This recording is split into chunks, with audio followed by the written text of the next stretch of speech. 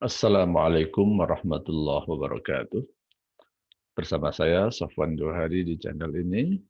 Kali ini saya ingin menyampaikan tadabbur satu ayat terkait ayat-ayat muamalat, yakni ayat-ayat yang ada kaitannya dengan kajian fikih muamalat.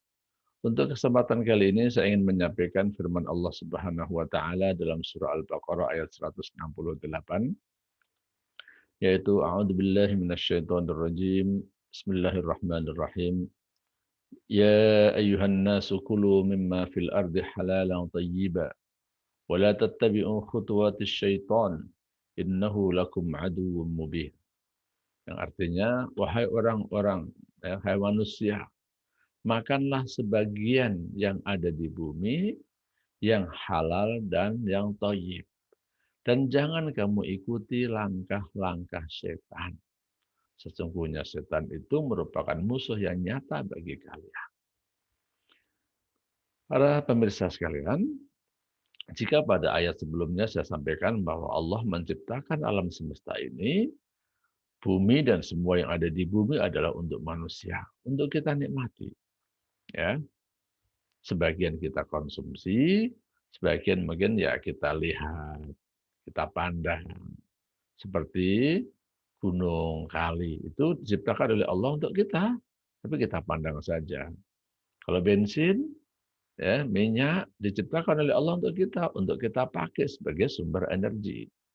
Buah-buahan Allah ciptakan untuk kita konsumsi, untuk kita makan. Nah, pada ayat ini Bapak Ibu sekalian, Allah memberikan batasan.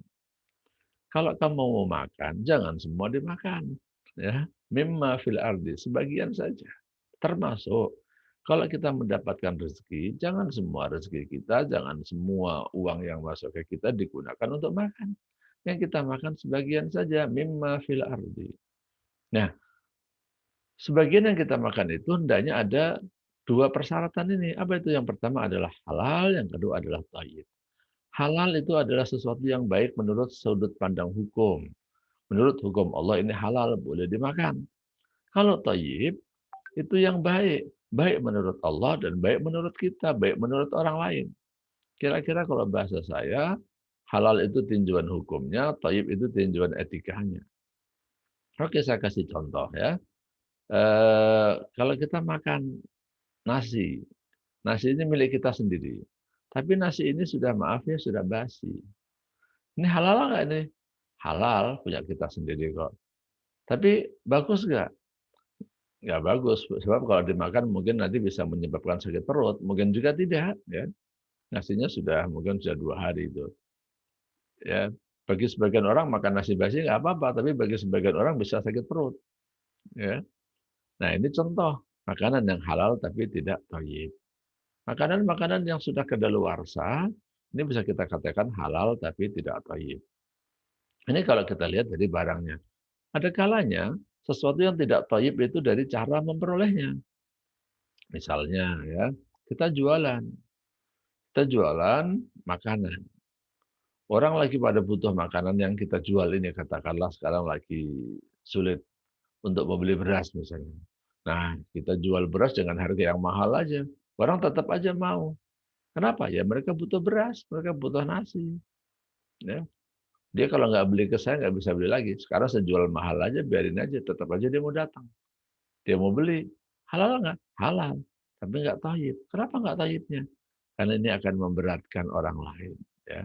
Sebenarnya orang-orang itu berat, tapi karena nggak ada yang lain, penjualnya kecuali kita, ya udah dibeli juga. Nah, ini contoh halal tapi tidak thayyib. Nah, ini jangan ya.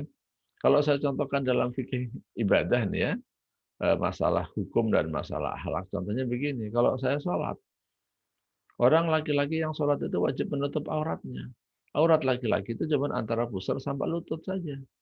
Nah kalau kita sholat hanya menutup pusar sampai lutut, pakai sarung doang ya, pakai sarung doang, sarungnya ditarik di atas lutut atau pakai celana panjang yang ditarik sedikit atau celana kolor gitu, intinya pusarnya ketutup sampai ke lutut. Ya, pusar sampai lutut ketutup. Sholat sah nggak? Sah. Tapi kalau sholat begitu, ya kalau jadi imam kira-kira makmumnya pada mau nggak? Meskipun sholatnya sah ya, kan nggak mau kan? Nah ini contoh. kalau kita hanya berpegang kepada hukum tapi tidak berpegang kepada akhlak. Nah, maka para pemirsa sekalian, ya, Rasulullah menjelaskan bahwa beliau innama bu'itsu liutammima makarimal akhlak. Beliau diutus oleh Allah itu untuk apa sih? Untuk menyempurnakan akhlak, bukan sekedar menyempurnakan hukum. Nah, sayangnya sekarang ini banyak orang apa? Selalu berpedoman kepada hukum halal, haram, boleh, tidak boleh saja. Maksudnya hanya berpedoman kepada ini saja, boleh dan tidak boleh saja, halal dan haram saja. Ini tidak bagus, Bapak Ibu sekalian. Sebagai contoh terakhir ya, ilustrasi tentang hukum dan etika ini, anak laki-laki ya. Anak laki-laki itu kalau nikah dia tanpa wali pun sah. Maksudnya pengantin laki-laki dengan pengantin perempuan itu kan berbeda. Kalau pengantin perempuan, itu kalau mau menikah harus ada bapaknya, harus ada walinya. Tapi kalau pengantin laki-laki kan nggak harus. Jadi ibaratnya, ya kalau misalnya ada laki-laki nikah nggak izin sama bapaknya, nggak izin sama ibunya. Kalau ditanya, nikahnya sah nggak? Sah. Nah, jadi dia dosa nggak? Dari sisi hubungan suami istrinya, dia tidak berdosa. Dalam arti apa? Dia akan menikah. Kalau dia melakukan hubungan suami istri, ya nggak dianggap sebagai orang yang sedang berbuat zina. Dia tidak berdosa karena berzina. Ya, pernikahannya sah. Tapi kalau ditanya dosa apa enggak? Bisa dosa, bisa enggak. Kalau ternyata orang tuanya tidak ridho, ya berarti kan dia ya nggak sopan sama orang tuanya. Ini bisa dosa. Tapi kalau orang tuanya ridho, ya nggak apa-apa, gitu kan? Nah, tapi ini contoh bahwa hanya berpedoman kepada hukum halal haram saja nggak bisa. Tetap harus ada etika yang harus kita pegang. Makanya kita jangan eh, istilahnya apa ya? Kalau di dalam pesantren itu tafaqquha walam yatasawwaf. Man tafaqquha walam yatasawwaf apa? Tafassak. Wa man tasawwafa wa lam yatafaqqah tazandak. Jangan kita berpedoman hanya kepada fikih halal haram saja, tapi kita juga harus berpedoman kepada tasawuf akhlak maksudnya ya. Berpedoman kepada akhlak saja. Maaf, jangan berpedoman kepada fikih saja, tapi juga kepada akhlak. Sebab kalau kita pakai fikih, nggak pakai tasawuf, nggak pakai akhlak, ini kita bisa jadi orang fasik. Nikah tanpa izin orang tua, sholat nanti cuma pakai celana kolor nutup pusar sampai lutut. Nanti makan juga begitu, asal yang penting halal, nggak peduli itu jatah orang diambil. Maksud saya kalau makan rame-rame ini dalam resepsi, kita makan banyak. Halal nggak sih? Sebenarnya udah disuguhin sih halal sih. Tapi ini ada jatah orang lain. Maksud saya kalau dalam resepsi gitu loh ya, resepsi perkawinan. Kan kadang-kadang kita ngambil banyak. Nah ini membuat orang lain nggak kebagian ya. Halal nggak sih? Ya halal sih halal. Udah disuguhin ya. Tapi kalau sampai membuat apa ya orang lain nggak kebagian karena kita mengambil lebih dari yang sewajarnya, ini menurut saya tidak thayyib. Kalau dibuang dosa. Maksud saya banyak orang yang kalau dalam resepsi gitu ambil nanti nggak dimakan malah dibuang. Nah kalau ini malah tabdir. Ya ini nggak boleh. Nanti masuk kepada ayat berikutnya. Nah, mudah-mudahan tadabbur satu ayat ini bermanfaat buat kita semua, khususnya buat saya sendiri. Insya Allah kita sambung dengan tadabbur ayat-ayat berikutnya.